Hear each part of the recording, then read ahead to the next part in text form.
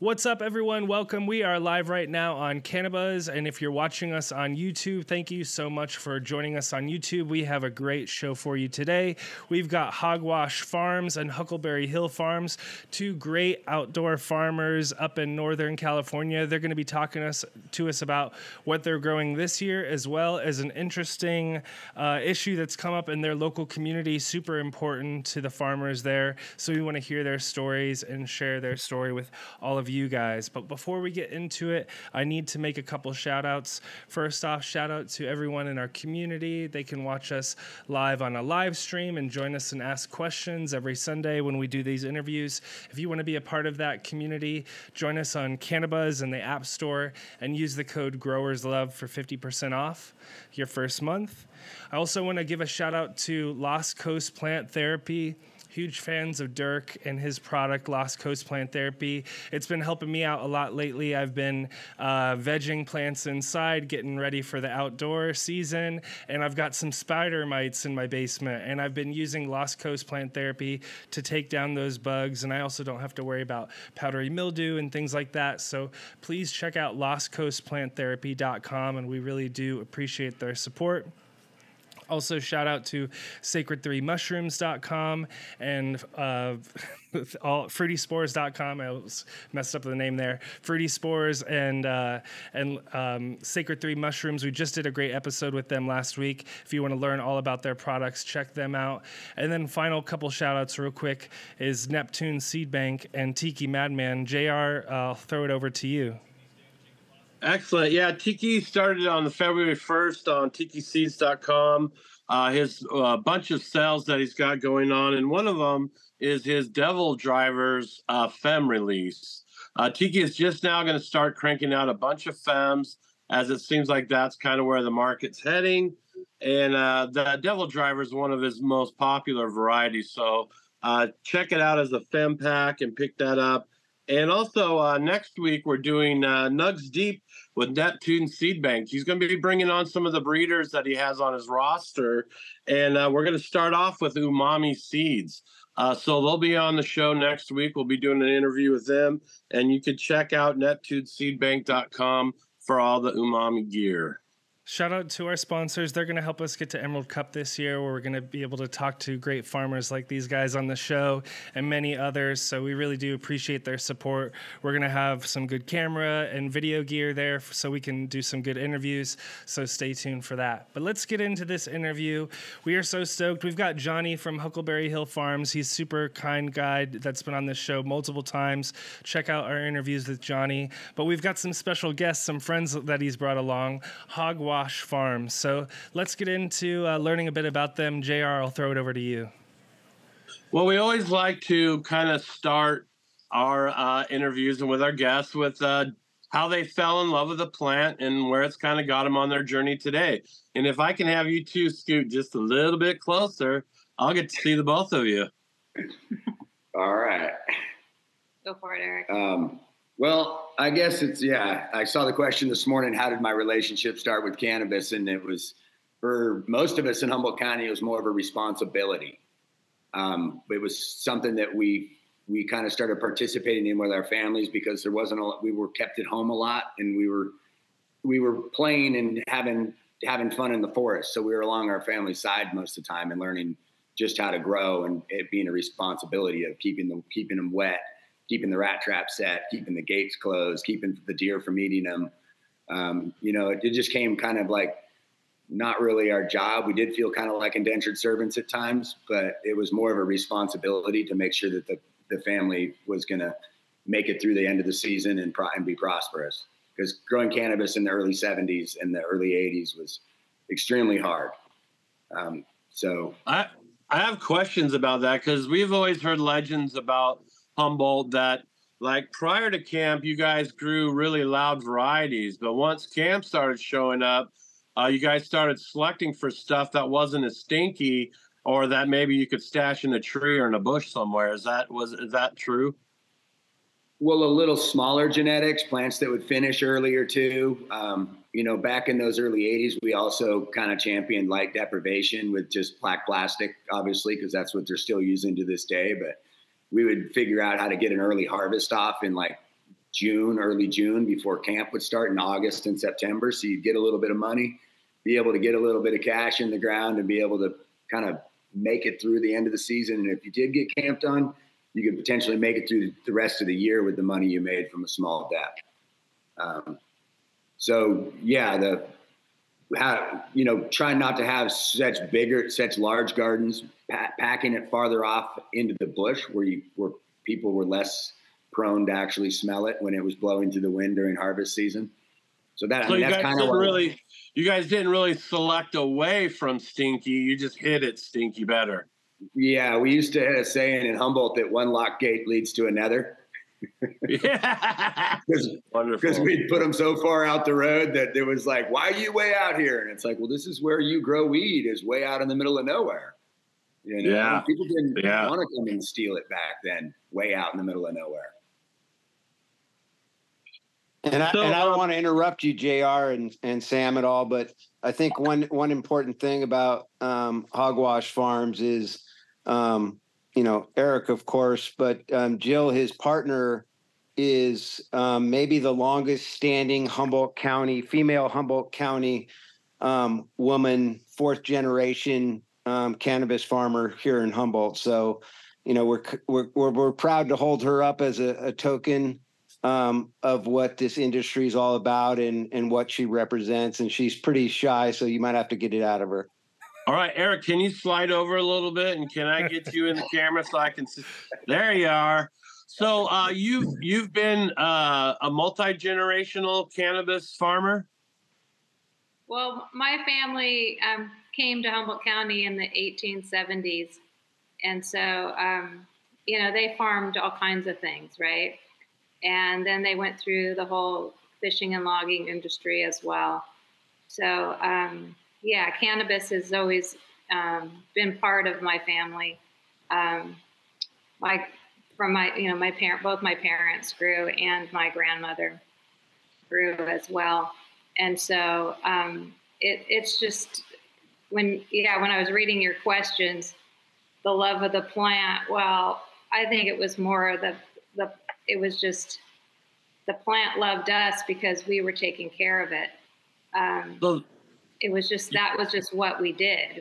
It wasn't like we just were like, oh, wow, we're just so into this plant. And I mean, you can be into gardening of any type of plant and really just love it. And I mean, I love all plants. So it's not, cannabis isn't the only plant that's out there that can be loved. All of them can be. And so how much has your growth style changed over these years? Well, like Eric was saying, I mean, we went through all the different degrees of what was happening. I'm going to say legally, it wasn't legal then, but just how we had to grow due to what was going on with, if it was sheriffs or if we had camp or whatever was going on. So we just sort of adapted, and that's, and we still are adapting because we have to go by all the legal laws of what we can do and can't do. So it's like constantly growing product in different ways due to what we can do now legally. And before it was just, we were trying to hide it, or we were always trying to hide it. So that didn't change. Being able to just grow it in the open, wow, this is pretty damn amazing, because I mean, you get great exposure where we didn't have great exposure. Yeah. We were growing back then, and you were having to camo your trails where you were bringing all your supplies in, and you just didn't. There was no. You didn't want to leave a trace at all. So yeah. So I imagine a part of you kind of is nostalgic for the old days, but yet a part of you is happy to be out in the sun. Yeah, there is that for sure. But you still have your old techniques for sure, what you used to do. And you bring that into what you're doing now. So, and there's always room to learn more. It's constantly, it's constantly changing. For sure. And each year is different because, I mean, look, it's like it just matters if we get rain or not, or maybe we get too much, or it's more heat or not. I mean, it's always been like that. Yeah. So we just have to adapt to it. I totally hear that. As I've only been growing outdoors for the last like 5 or 6 years, and every year I learn something new and fail for another different reason. It's can be pretty humbling. But tell us the story about Hogwash Farms and how that came to be, and just kind of give us the backstory. Well, Eric and I have been on this same property for 30 years. And we both grew prior to that. I mean, we were prior to being teenagers. When we started growing. I think I was 12 and Eric was. I was a child. Yeah, whatever. It was wrong. So, yeah. It was absolutely 100% wrong, but hey, those pots got to get cleaned somehow. Yeah. So we had a food farm, Blue Slide Farms, that we started in, I think it was in '99, and I mean, you couldn't have really name for your cannabis farm. So when we went legal, we couldn't really use the food farm name, so we just went into a few different names, and then Hogwash came out of it because there was so much BS. I don't know if that's on here, but that we had to go through with legalization.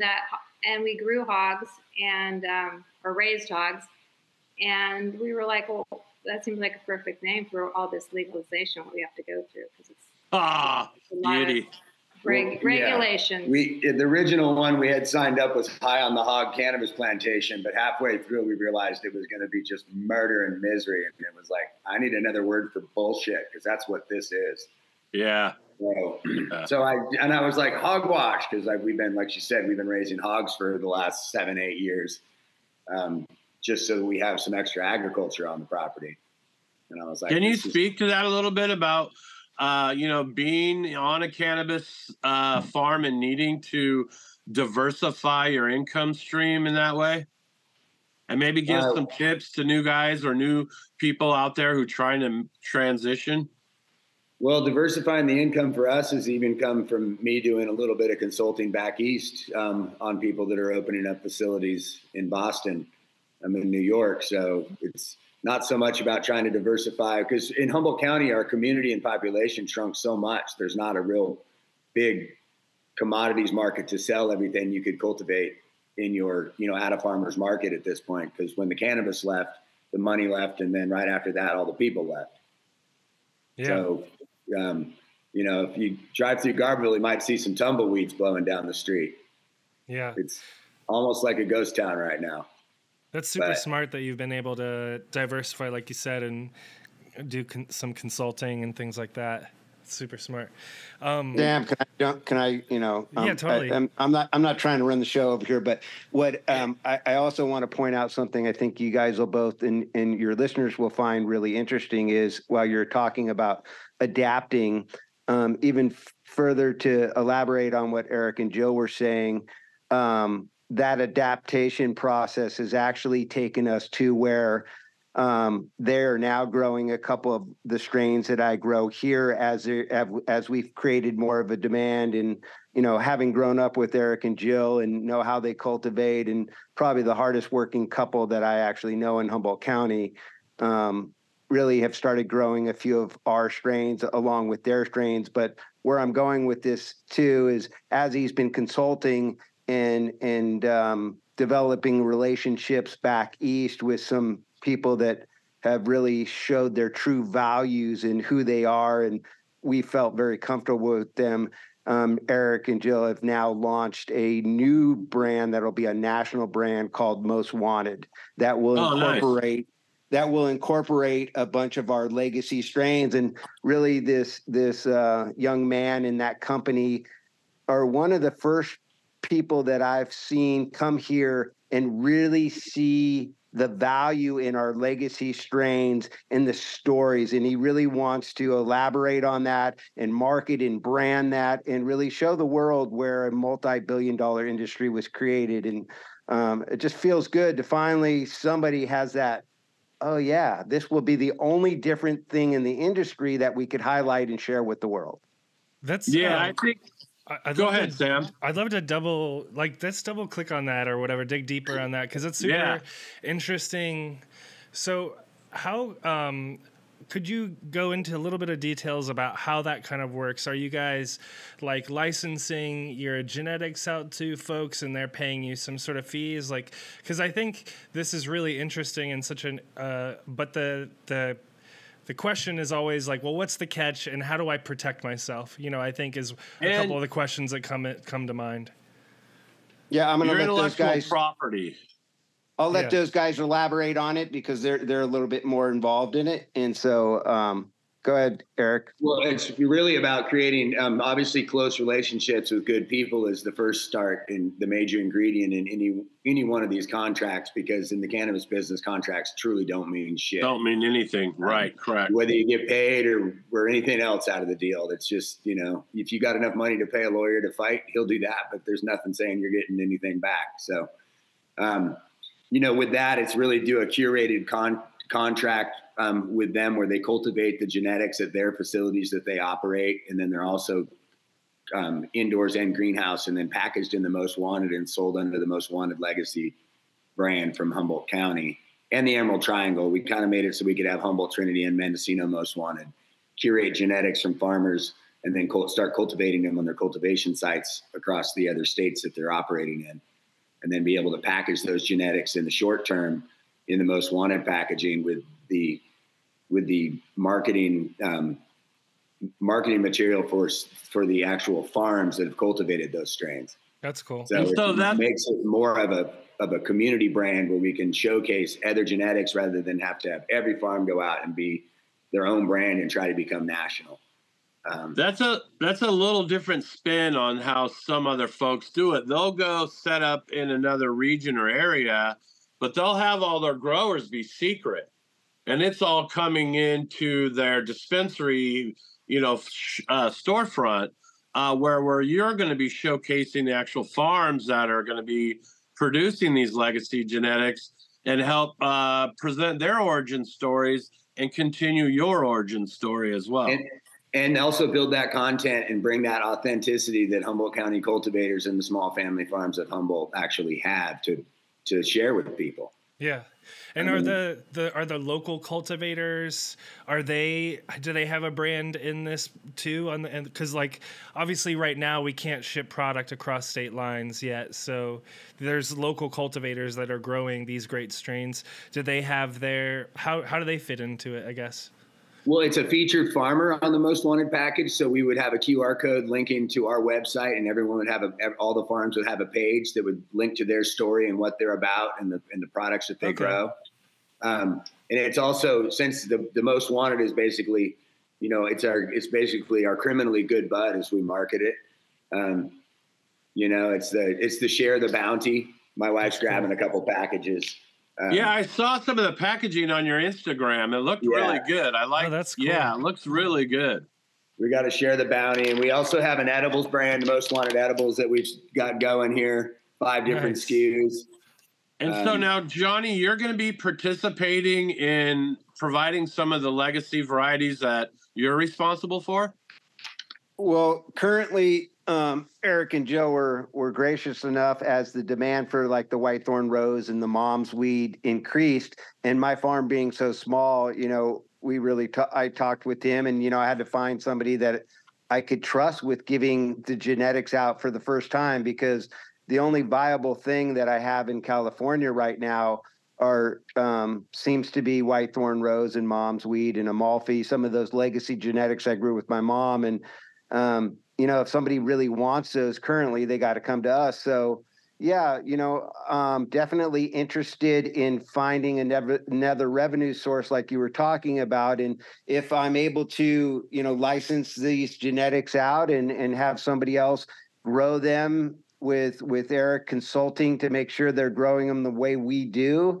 And until we can outweight, you know, federal legalization, until we can ship it from here to there. Even, you know, it's important that somebody really oversees who's growing it to make sure it's being grown the same way, or else it just won't taste the same way.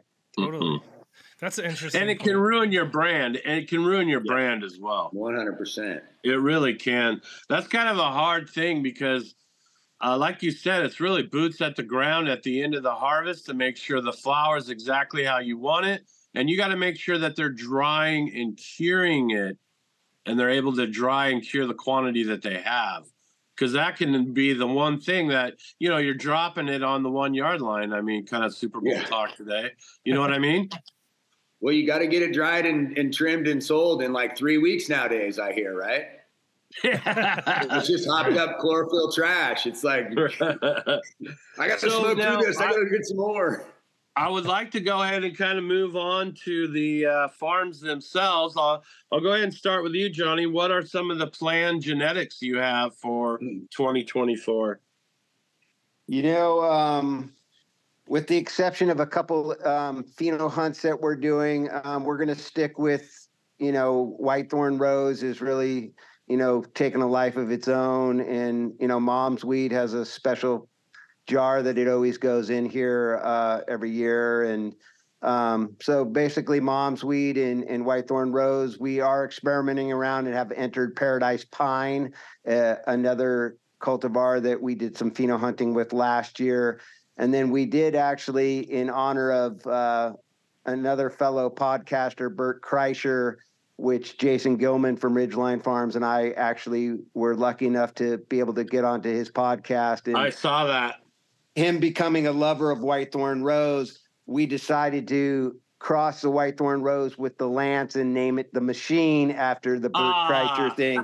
And so we don't know how it'll turn out or anything, but those will be the additions to this year's farm that we'll get to pheno hunt and try and experiment around. But kind of slow and steady, and with the same cultivars that we are, you know, it's hard to grow too many different ones on a 5,000 square foot farm. So totally. That's what in having partner farms like Hogwash Farms and stuff, you know, I can experiment around with those guys unbeknownst to them. And no, I'm just kidding. Yeah. Just kidding. Well, I think that's so cool. Like, I mean, we've been talking to you now. We've had you on the show a couple times over the last like year and change. And and we've been talking about whitethorn rose now for a few years or so, maybe 4 years. I can't keep track of the time. But anyways, the reason why it popped up on our radar was the taste, right? And the smell. And we've talked about that a lot. And it's so cool to see that crossover to someone like Bert, who he's not a weed connoisseur by any means, but he found something that tasted unique and it was different and it was remarkable. While I was complimenting Johnny, we lost him, so we'll throw it over to Hogwash, and we'll have Eric, you guys. We'll have you guys talk about what are you growing right now. Well, at our farm, we grow a lot of CBD product too. So we kind of try to keep our passion for the medicine alive with strains like Canatonic, Ringo's Gift. We have some Ringo's Gift crosses and a few 1-to-1 ratios that we grow there. We also only cultivate predominantly from seed, unless they're the genetic clones that we get from Johnny from Huckleberry Hill to cultivate for him on our farm. And then we have some genetics that we've created in the past, some Blue Dream crosses, some Biscotti Green Lantern crosses. We've got some Quantum Kush, which are like Triangle Kush crosses that we've been getting some really good numbers with here.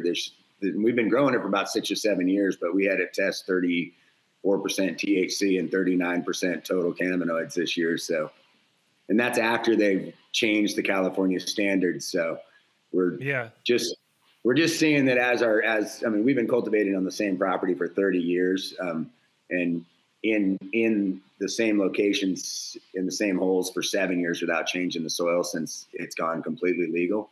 And we've kind of centralized our farms in the cultivation sites that they were at. So we're really just seeing just plants that are just growing exponentially large, beautiful buds, just absolutely the reciprocal relationship that's with the good, healthy soil and the microbes and stuff, and just how they really just make the plants hit the ground running. And so do you notice with your, because I looked on your Instagram, it looks like you're in the earth. Yeah. Is your terroir producing maybe a different genetic expression than say Johnny is over at his property and his in his A terroir? little bit. He has a little less light than we do. Where we actually grow the whitethorn rose in that big meadow, it has full southwest facing sun. So it gets the sun about 10 o'clock in the morning until it goes down over the Kings Range into the Pacific. Wow. So it gets beautiful sunshine. And I think it was up maybe 0.5% on terpenes and a few percent on potency, just because it gets a little bit more direct sun. Interesting. But the whitethorn rose is just an absolute pleasure to grow. She's such an early harvester, and she just takes off, and it's a unique plant. She kind of reminds me of Blue Dream a little bit by how you're kind of like, there's no way that little ratty thing's going to perform. And then she just shows her true self by just going it crazy. seems like there's just chongers going in every direction. It's not really uniform. It's just colas that are like 4 or 5 inches across, on our farm last year from it. When a lot of it's, go ahead. Sorry, Eric. I was just going to say, I think a lot of times you brought up something that made me think about this, is that I think a lot of times, farmers are always, seeking out these strains and this and that. And part of the decision-making process of what we cultivate every year now, it includes, the date that they harvest. And the longer a plant stays out with the weather patterns that we have now, it really adds a lot more risk to the small farmer, especially when you have to grow the plant for an extra month. Yeah, it might be a little bit more potent, or it might come out a little bit different to have it an extra month. But like this year, we had some early rains that people that were in the ground after whitethorn rose was harvested and dried really had a problem with mold this year. And, they absorbed a substantial loss. So always in my part of my, planning for the year's harvest is, the whitethorn rose harvest mid-September, which is great for us. Yeah, because at the end of the day, water is the solvent, right? It's the universal solvent. So you want to avoid that, right? Yep. Nice. So now we really need to get into Measure A because we're keeping it tight on these episodes. I can go for hours, I'm telling you. But let's go ahead and swing into Measure A. Tell us about Measure A and what it actually proposes to accomplish. All right, Johnny. Okay.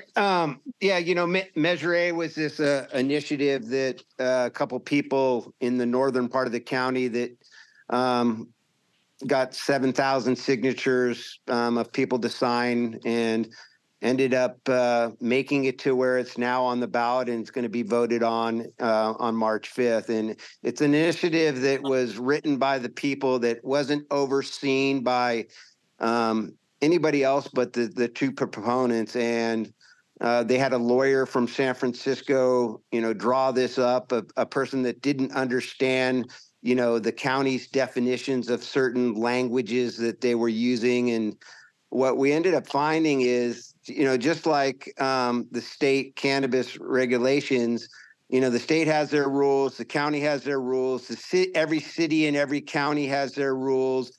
It's just like so many different definitions that when they proposed this initiative and got these people to sign it, I think their intentions were very good, but I think where they made a mistake is using language like expansion. Well, they were talking about making gardens bigger. And with the county, expansion actually means adding like rainwater catchment tanks and adding solar panels to save power, or adding a drying shed. And so they've really put us in an awkward situation that if it were to pass, 85% of the small farmers in Humboldt County would no longer be cultivating and be gone. And really, Humboldt cannabis would no longer exist in the world. And because it's a citizens initiative, it's kind of like Proposition 64, and it's pretty powerful, I guess. And so the farmers and Humboldt County Growers Alliance, and especially Craig and Melanie from Alpenglow, and Hannah and Riley from Emerald Queen Farms, and Dylan Mattoll have just been fighting tooth and nail to really educate, cattle ranchers and loggers, and really have made a lot of headway. And what in return happened from something that most people would consider a really negative thing to the county was it really broke the ice with a lot of individuals that would have just kept on going, not liking the cannabis farmers, because it's always been a North and a South, them and us type mentality that we've been dealing with. And this initiative, as bad as it sounds, actually enabled, this group of people to talk to them, to really get them to understand us. And after we defeat Measure A, hopefully in March, I think we're going to come out as a tighter knit community as a whole, and having them understand us a little bit more, and vice versa. So, yeah, but it's been a scary time, and it is a scary time until we actually get the no votes.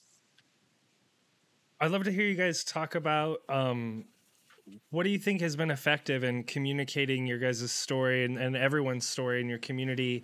What do you think has been especially effective in helping people understand how this is going to impact people? Because I think that there's probably some lessons there for a lot of folks. I mean, we've been, JR was just messaging me the other day about some stuff that's been going down in Oklahoma recently because they're changing their laws.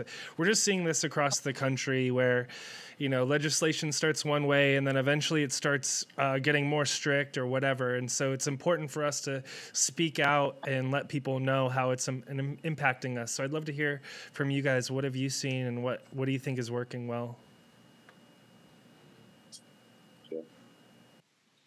Well, the state has, like Johnny said, has their regulations, the county, and then the cities have them. And it's confusing unless you really read them and dive into them. And I know Measure A is just going to be another rule set that's going to override what the county has already created. And it really makes it that we're just going to have to do more work. And I do all our compliance stuff, so I can say how much more work it's going to be. It's brutal, what we already have to do, and it's exhausting. And so to add another layer to it and keep making changes, because the state's always making changes to the regulations. So it's just like, I don't know. That's the thing where I'm like, I don't know how long I want to be involved in this. Like how many years? Like, am I going to be able just to keep pulling it off, doing it the way I'm doing it, doing the compliance and growing and everything else I do? So I feel like people need to understand that this is so highly regulated that you can't compare it to any other industry. I would joke and go, I feel like I have a nuclear power plant on my property. It's like, this is insanity. It's like, this is a plant, it's medicine. But since it's federally still illegal, we have to go through this brunt. And I'm like, in my lifetime, will that ever change? I really don't know, but I feel like this is hard. This is not an easy task. And we're just riding the wave is all we're doing. Do you feel like at the end of the day, if it does pass, it's something that you can then take to court and then sue them, as often happens in other states? Or is this written in such a way that you don't even feel like that's an option for you? The only way around this would be to write another initiative next year and then have that new initiative put on the ballot and have the people voted in.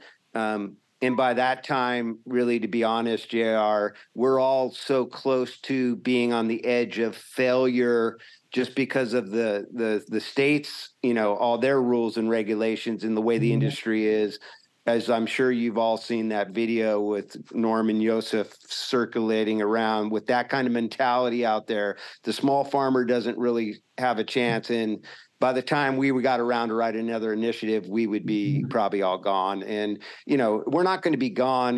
One thing we learned over the last 50 years of growing here in Humboldt County is we'll just adapt, like you were talking about. And adapting for us means back into the trees, back underground, back growing, in ways that maybe we can't be detected. And so as much as I feel weird saying that we'd be right back in the black market, and then it would put the government right back in the same position they were 50 years ago with the war on drugs and trying to find us and trying to, spot our plants. It would kind of feel like it would go right back to that again. And that in itself is way more environmentally not friendly than what we're doing now. We're the most environmentally friendly crops in the world, and we're the heaviest regulated crops in the world right now. So, and I think the county, Humboldt County Sheriff, which, should oppose us as much as they can, has come out publicly and stated that they're voting no on Measure A, and it would be a regress in what we've accomplished over the last years. There was 15,000 grows.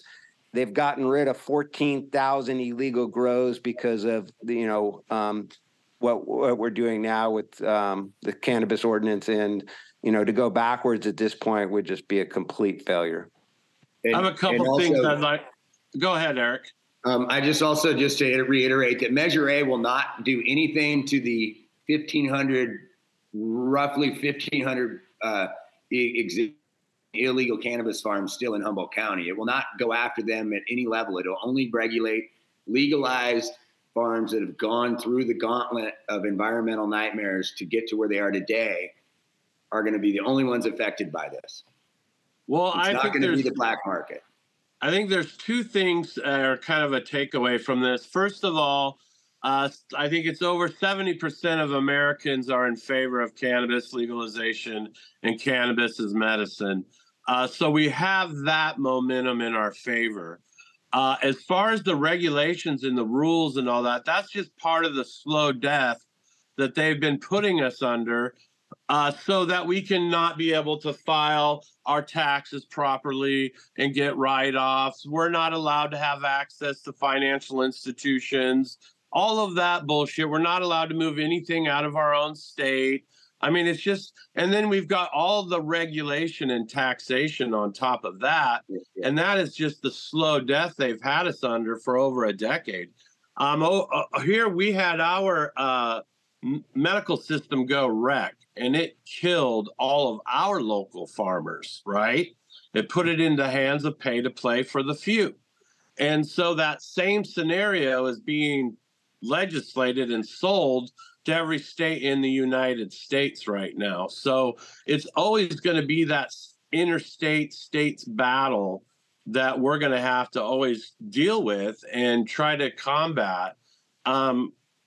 Kind of the other thing I think you hit on, and the other thing I wanted to talk about, was a lot of times laws, ordinances, and rules are kind of made because there's assholes out there fucking shit up. So can you kind of speak to that and maybe talk about the things that the community can do and not have to have a measure to do it?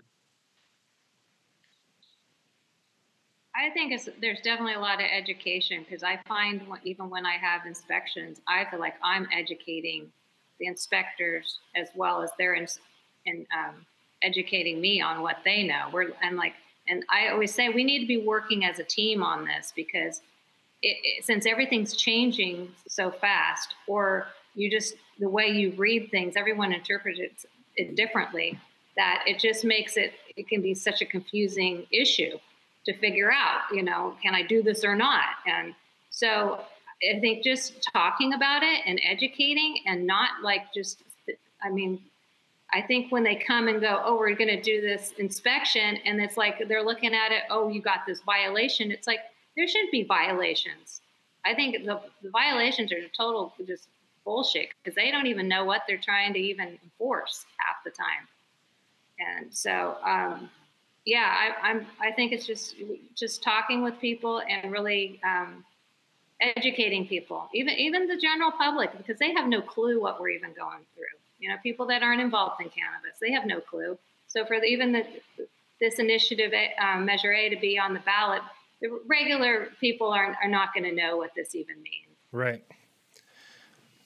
Sam, one thing real quick before I see you're thinking of something, but it's important. I mean, it's really important what you're doing and what JR's doing. You're really helping, make other consumers aware of, our existence. because this is the only way we have really to communicate with them, is like through people like yourselves that love cannabis and that appreciate it. I can just look at you and I can hear it in your voice how much you care about this plant, and JR especially too. And you're talking to three people right now that all we really want to do is grow some of the most amazing cannabis in the world and get it to the consumers, the people that really need the medicine. That's bottom line, all said and done. Initiatives, no initiatives, regulations, no regulations. That's really what we do. And it's really not about the money. And it's important for your listeners and the consumers that are your listeners to know that there are people out there that really care about growing the plant and how it makes them feel. And yeah, that's all I want to say.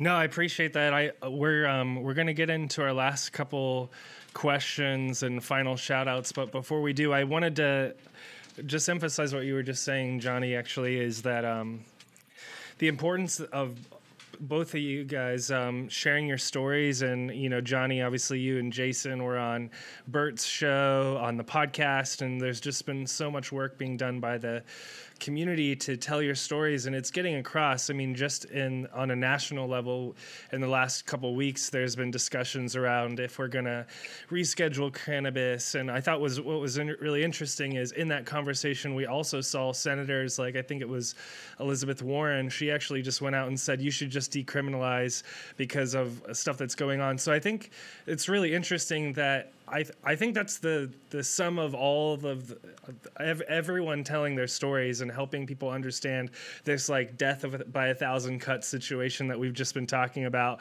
with all these legislations.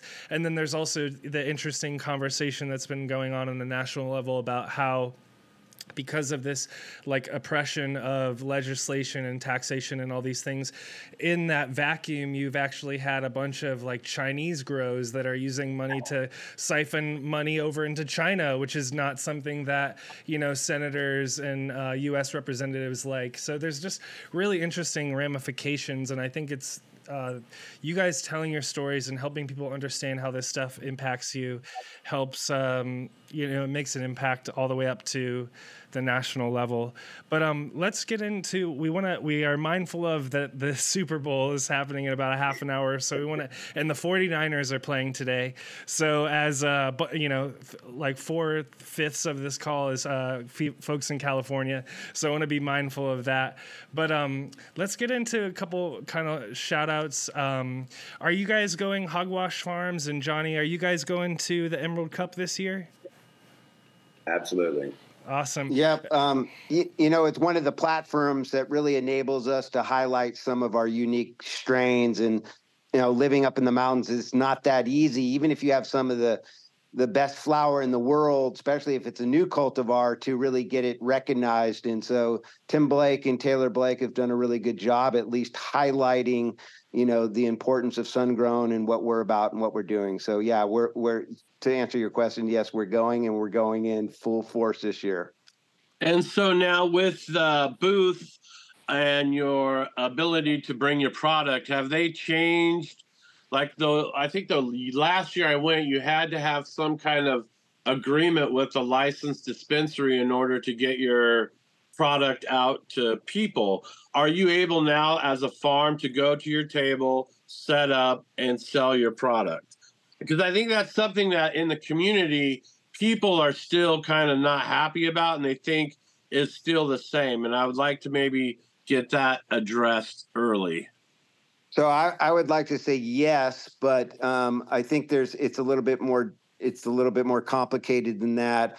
They need a PO. We at our table, we're fortunate enough that Chris from Redwood Roots has a non-storefront delivery license. Yeah. And so we can have a POS system there at our table. I think we have to pay maybe the Emerald Cup some money to have that ability, but it really lets us interact with the consumer. And then if they choose to purchase our product, they can do it, you know, 5 feet from us versus, you know, having to go to some booth way at the other end of the show. So it makes it really nice. But yeah, hopefully someday, you know, it's just like, yeah, hey, you like this? You can hear, boom. Totally. And what about your genetics? What are the process for you being able to sell seeds and genetics?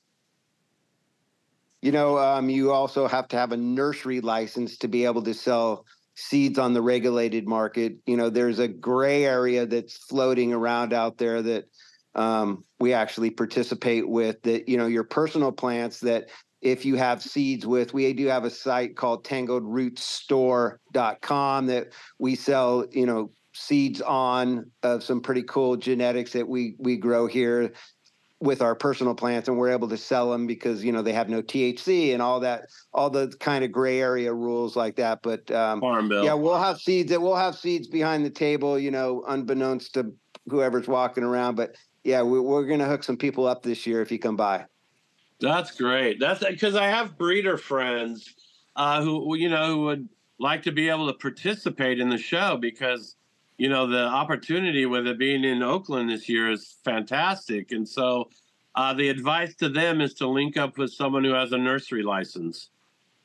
Yeah, like we have a nursery license, so we'll have some seeds over there at the Redwood Roots booth. And Rebel Dan, who also has some legacy genetics that won the Emerald Cup last year in the Sun Grown. He'll be there slinging his seeds too. And seeds are going to be a big thing. It's really hard to have an amazing crop if you don't start with, I think, with the most important thing is genetics, right?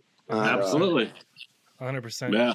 Well, yeah, we just had Chris on the show a couple weeks ago. So if you guys want to learn all about distribution, we had a really awesome show with Chris from Redwood Roots.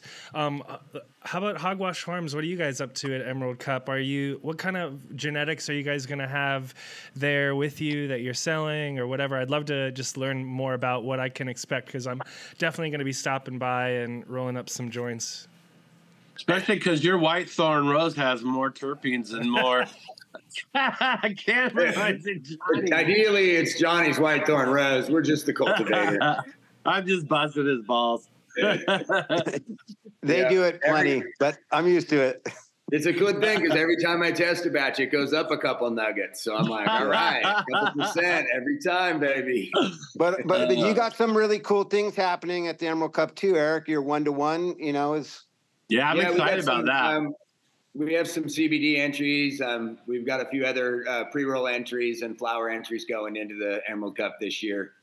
And we'll probably be showcasing some of our caramel apples, our LAAK crosses, our Quantum Kush. And really, CBD kind of lost a lot of traction, the real medicine in the field. And we keep going in and cultivating. Last year, not so much, but this year we did about 20% of our farm, different ratioed CBD. So we're trying to keep that alive and bring it back to try to be really a staple because that's awesome. People really need to get that blend. 100%. And I think people are getting turned on to high quality CBD flower. They're more willing to pay for that than the paper cardboard stuff we might have got 10 years ago, Yeah. And I mean, I think a lot of people kind of think that CBD flower just looks like trash. Right. And when we grow it, it ain't trash. I'm like, tell my guy, and I'm like, God, I love growing this stuff more than all the THC THC strains. They're just so much more vigorous, and their terpene profiles are they're not just one lane of gas, Right. Or ice cream cake. It's just like, there's so much terpinolene and osamine in those. It's just their variations are all over the place. So they can be. I was just gonna say, one time I had a CBD strain. I think it might have been Willie G. I can't remember, but anyways, I remember I was smoking it, and my neighbor was asking me what that loud strain was that I was smoking, and it was a CBD strain. It wasn't, some high THC strain that I was smoking. And the Willie G's it's a gassy. It has some gas in it because we actually did some crosses with Willie G's and the Charlotte's Web. Oh, cool. Yeah. Will either of you have cuts available? Any cuts are going to be not there? Cuts. Seeds. Okay. Yeah. Seeds not Since cut. we're off grid, we also have seeds on the Tangled Roots family site too. A lot of our seed. We mainly put our CBD crosses on there because there's not a lot of people with medicine.